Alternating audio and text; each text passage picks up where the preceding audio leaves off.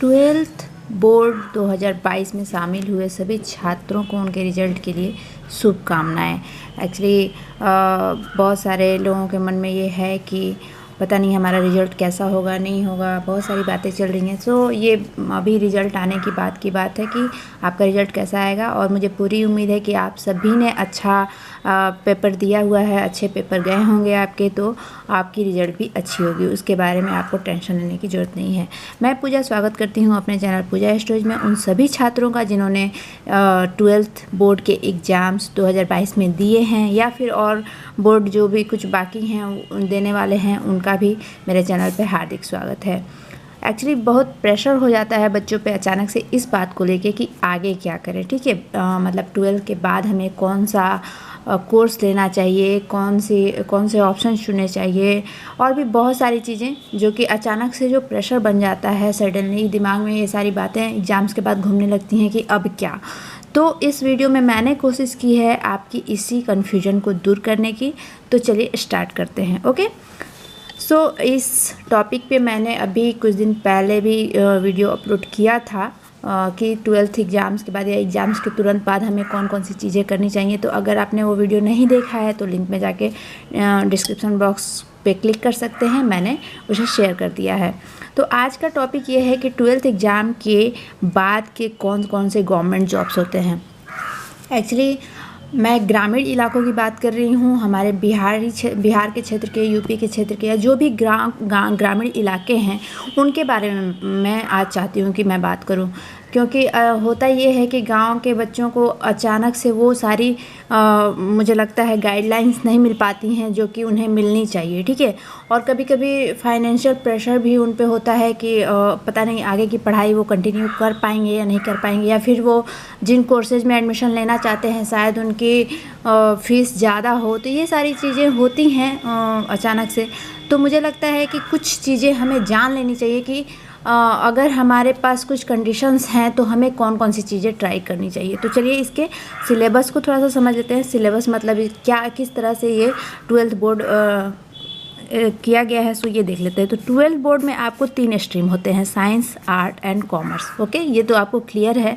जितने भी छात्र या छात्राएं जिन्होंने एग्ज़ाम दे दिया है या देने वाले हैं, इनको पता है कि साइंस आपका होगा या फिर आर्ट्स होगा या फिर कॉमर्स होगा। ठीक है, ओके। तो ट्वेल्थ के साथ उसके बाद जब हम एग्ज़ाम दे लेते हैं, रिजल्ट आ जाता है, तो हमें दो ऑप्शन हमें मिलते हैं। पहला तो कि कोई स्पेशल कोर्सेज हैं उनमें हम एडमिशन ले लें या उनके लिए तैयारियां करें, जो हायर स्टडीज़ हैं उनके लिए। दूसरा ये भी एक हायर स्टडीज़ का ऑप्शन है, बट ये बेसिक ऑप्शन हो जाता है, मतलब बैचलर डिग्री हमारे यहाँ बहुत ज़्यादा फेमस है। फटाफट जब भी रिजल्ट निकलता है तो बच्चे फटाक से कॉलेज में एडमिशन लेने के लिए जाते हैं, या तो फिर बायोलॉजी में उन्होंने एडमिशन ले, बायोलॉजी ऑनर्स कर रहे हैं, या फिर बॉटनी ऑनर्स शायद बोलते हैं उसको, मेरा बॉटनी नहीं है तो मुझे नहीं पता। सो जियोग्राफी जूलॉजी ऑनर्स बोलते हैं, या फिर मैथमेटिक्स ऑनर्स हो जाता है, या जितने भी जो भी सब्जेक्ट आप चूज करते हैं वो ऑनर्स के साथ आप 3 साल की बैचलर डिग्री आप लेते हैं। ये 3 इयर्स का हो जाता है। ठीक है, साथ में आपको स्पेशल कोर्सेज की बात करें तो स्पेशल कोर्सेज में आप आईटी क्षेत्र में जाने की कोशिश करते हैं या जाना चाहते हैं तो आपको इंजीनियरिंग मिल जाता है। फिर आप मेडिकल क्षेत्र में जाना चाहते हैं तो नीट हो जाता है, बीटेक हो जाता है, मतलब बहुत सारे ऑप्शन आपको स्पेशल कोर्सेज में हो जाते हैं। तो इसमें क्या होता है कि जो फाइनेंशियली अच्छे नहीं हैं परिवार, उनके बच्चों के लिए थोड़ा सा ये प्रॉब्लम वाली चीज़ें हो जाती हैं। हालांकि कोशिश करने में कोई बुराई नहीं है, और जो बच्चे अच्छे हैं पढ़ाई में वो ट्राई करते हैं, इसमें कोई दो राय नहीं है। बट अगर आप बैचलर डिग्री की तरफ जाते हैं, ठीक है, मैं उन बच्चों की बात अभी फ़िलहाल कर रही हूँ जो बैचलर डिग्री लेने की बात कर रहे हैं, मतलब जिनको मैथमेटिक्स ऑनर्स करना है, या फिर आपका बॉटनी ऑनर्स करना है, या फिर किसी भी सब्जेक्ट से, आर्ट्स के सब्जेक्ट हों, कॉमर्स के सब्जेक्ट हों। अगर आपको बैचलर डिग्री 3 इयर्स की सिंपल वाली करनी है तो इसके साथ भी हमें गवर्नमेंट जॉब के ऑप्शन बहुत सारे मिल जाते हैं 12 के बाद। तो वो हम आज चेकआउट कर लेते हैं कि कौन कौन से ऑप्शन हमें मिल जाते हैं 12 के तुरंत बाद। अगर आपने 18 कंप्लीट कर लिया है, या कुछ जॉब्स में, कुछ फॉर्म्स में 18 शायद नहीं है, जैसे एनडीए वगैरह में 16+ पे ही आप फॉर्म फिलअप कर सकते हैं। तो ये सारी चीज़ें हैं। तो आपको कुछ ऑप्शंस मैं यहाँ देने वाली हूँ जो आपको शायद अच्छा लगे, कि या फिर हो सकता है कि आप इनमें से ही कोई ऑप्शन अपने लिए चूज कर लें। ओके, सो पहला अगर देखें सो SSC CHSL, ठीक है। SSC बहुत ही जनरल एग्जामिनेशन आजकल हो गया है, बच्चे बहुत ज़्यादा संख्या में इसमें भरते हैं। और अगर आप पढ़ाई में अच्छे हैं, आप अच्छा स्कोर करते हैं, आपकी जनरल नॉलेज अच्छी है, इंग्लिश अच्छी है और कुछ सब्जेक्ट में आपकी पकड़ अच्छी है, तो आपको ये सारे ऑप्शंस ट्राई करने चाहिए मुझे लगता है। क्योंकि कॉम्पिटिटिव एग्ज़ाम्स एक बार आप क्लियर कर लेने के बाद आप एक अच्छे मतलब जॉब में इस्टेब्लिश हो जाते हैं एंड आगे का आपका फ्यूचर सिक्योर हो जाता है।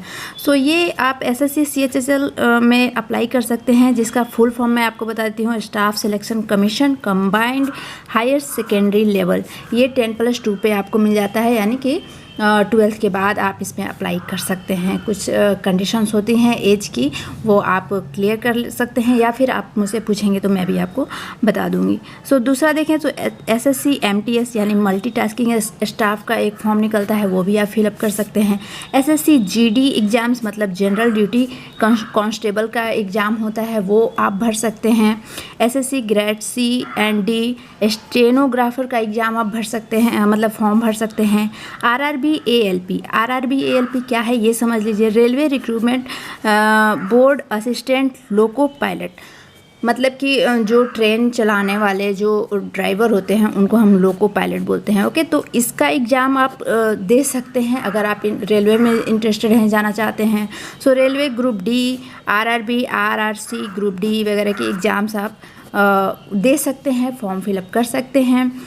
अगर अगला देखें तो इंडियन आर्मी एग्ज़ाम्स दे सकते हैं। इसमें कौन कौन से पोस्ट आपके हो जाते हैं, for the post of technical entry scheme, महिला कांस्टेबल्स, लड़कियों के लिए भी ये सारे ऑप्शन खुले हुए हैं, ठीक है।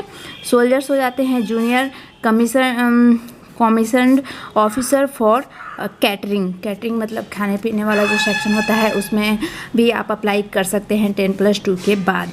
सो अगर अगला देखें तो इंडियन नेवी में आप अप्लाई कर सकते हैं। बहुत सारे पोस्ट के लिए 10+2 मान्य है इंडियन नेवी में, तो आप वहाँ भी अप्लाई कर सकते हैं।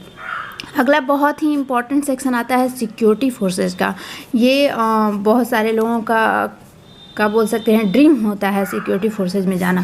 तो पहला BSF के लिए आप ट्राई कर सकते हैं। BSF का फुल फॉर्म सबको मालूम होना चाहिए, बॉर्डर सिक्योरिटी फोर्स होता है। दूसरा CRPF के लिए आप ट्राई कर सकते हैं, सेंट्रल रिजर्व पुलिस फोर्स।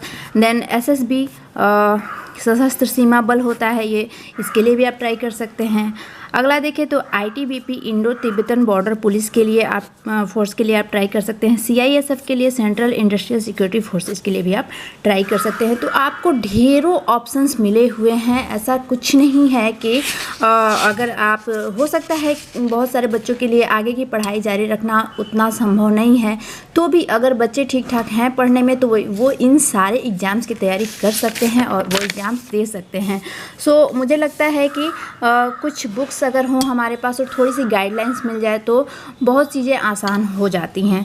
सो अगला देखिए, so Indian coast guard exams का, उसमें सेलर का हो जाता है, टेक्नीशियंस का हो जाता है, असिस्टेंट कमांडर का हो जाता है, कमांडेंट का हो जाता है, एयरमैन का हो जाता है। तो कोस्ट गार्ड में भी आप अप्लाई कर सकते हैं।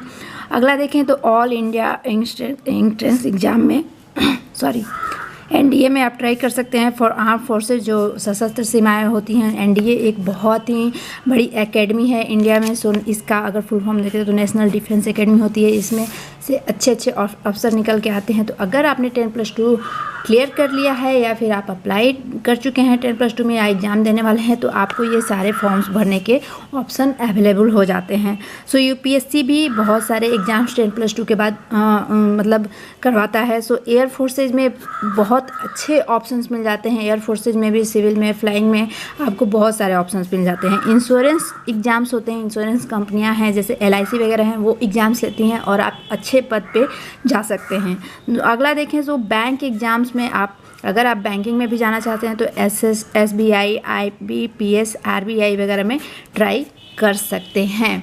तो ये कितने सारे ऑप्शंस हैं, मुझे लगता है कि अगर हम इनमें से किसी में भी इंटरेस्टेड हैं तो अगर आप 10 के बाद ही अगर इनकी तैयारी शुरू कर दें, या अभी भी लेट नहीं हुआ है, अभी भी आप चाहें तो तैयारी शुरू कर सकते हैं। और अगर आपकी जीके अच्छी है प्लस इंग्लिश थोड़ी सी अच्छी है और कुछ सब्जेक्ट्स आपके अच्छे हैं, मैथ्स अच्छी है, साइंस अच्छी है, तो आप बहुत आसानी से social sciences, even social sciences में से भी क्वेश्चन बहुत सारे आते हैं, तो आपको इन सब के बारे में सोचना चाहिए मुझे लगता है। और जितने भी कम से कम मिडिल क्लास फैमिली के बच्चे हैं उनको तो ज़रूर सोचना चाहिए।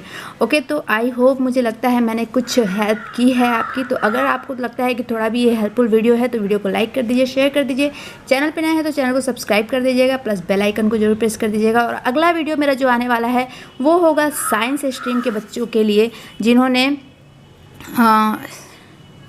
साइंस लिया हुआ है या फिर बायो से हो या फिर मैथ से हो, तो उनके लिए मैं बताऊंगी कि क्या क्या ऑप्शंस उनके लिए कोर्सेज के खुले हुए हैं, कौन मेडिकल लाइन में कौन कौन से कोर्सेज आपके मिल जाते हैं, प्लस आपके आईटी क्षेत्र में या फिर मैथ्स के साथ जो भी सब्जेक्ट हैं या फिर जो भी ऑप्शंस हैं, वो सारे मैं ऑप्शंस आपके साथ लेके आने वाली हूँ अगले वीडियो में। तो बने रहिए मेरे चैनल पर, तब तक के लिए सी यू, बाय।